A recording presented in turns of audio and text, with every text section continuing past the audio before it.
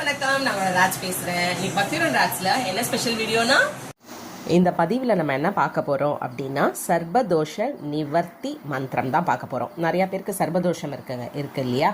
So ஜாதகத்தில் தசாபுக்தியில் இப்போ வந்து கல்யாணத்துக்கு பார்க்கும்போது இல்லை ஏதாவது ஒரு பிரச்சனை ஓடிண்டே இருக்குது நம்ம லைஃப்பில் அப்படின்னா போய் சிலருக்கு பார்க்கும் பொழுது ஜாதகத்தில் சர்பதோஷம் இருக்குது அப்படின்னு சொல்லுவாள். ஸோ அந்த மாதிரி சர்பதோஷ நிவர்த்தி மந்திரத்தை நம்ம சொல்லிகிட்டே வந்தோம்னா சர்பதோஷம் நிவர்த்தி ஆகும்னு ஒரு ஐதீகம் இருக்குது. இன்னொன்று வந்து என்னென்னா, இதை வந்து வெறும் சர்பதோஷம் இருக்கிறவங்க தான் சொல்லணுமா அப்படின்னு நீங்கள் கேட்டிங்கன்னா அப்படியெல்லாம் கிடையாது.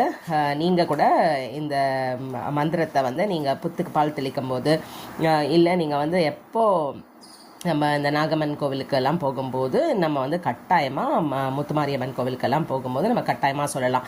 அதாவது பாம்பை கொல்வதால் ஒருவருக்கு நிச்சயமாக நாக சர்பதோஷங்கள் ஏற்படும், நமக்கு தெரியும். ஸோ அந்த மாதிரி இருக்க தோஷங்கள் எல்லாத்தையும் வந்து நீக்க வல்லது இப்போ நான் சொல்ல போகிற இந்த மந்திரம், சரிங்களா? ஸோ இந்த தோஷங்கள் அனைத்தும் நீங்கி நான் வந்து இப்போ சொல்கிற மந்திரத்தை நீங்கள் துதிச்சிங்க அப்படின்னா ரொம்ப சிறந்த பலன், ரொம்ப பவர்ஃபுல்லான ஒரு மந்திரம் இது. நான் சொல்கிறேன், நீங்கள் அதை ஃபாலோ பண்ணிக்கோங்க. நர்மதாயை நம பிரத, நர்மதாயை நமோ நிசி, நமோஸ்து நர்மதே துப்யம், திராஹிமாம் விஷ சர்பத. இந்த மந்திரத்தை நீங்கள் ஒன்று போட்டு கேளுங்க, இல்லை நீங்கள் சொல்லுங்க, நீங்கள் எப்படி பண்ணினாலும் ஓகே தான். இந்த மந்திரத்தை நீங்கள் பாராயணம் பண்ணிட்டு வந்தீங்க அப்படின்னா சர்பதோஷ நிவர்த்தி, இது கண்டிப்பாக உங்களுக்கு சர்பதோஷ நிவர்த்தியை அது பண்ணும்.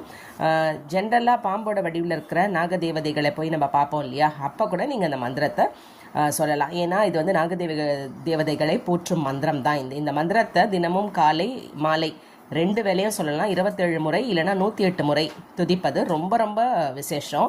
செவ்வாய்க்கிழமை வெள்ளிக்கிழமையில் நான் ஏற்கனவே சொன்ன மாதிரி நம்ம வந்து புத்துக்கோவிலுக்கு போவோம் இல்லையா, அங்கே போயிட்டு நீங்கள் புத்துக்கு முன்னாடி தீபம் ஏற்றி வச்சு 108 முறை ஜெபிச்சு வந்தீங்க அப்படின்னா கட்டாயமாக நான் சொல்கிறேன், அந்த சர்பதோஷம் வந்து உங்களை விட்டு நீங்கிடும். இதை நீங்கள் பண்ணலாம்.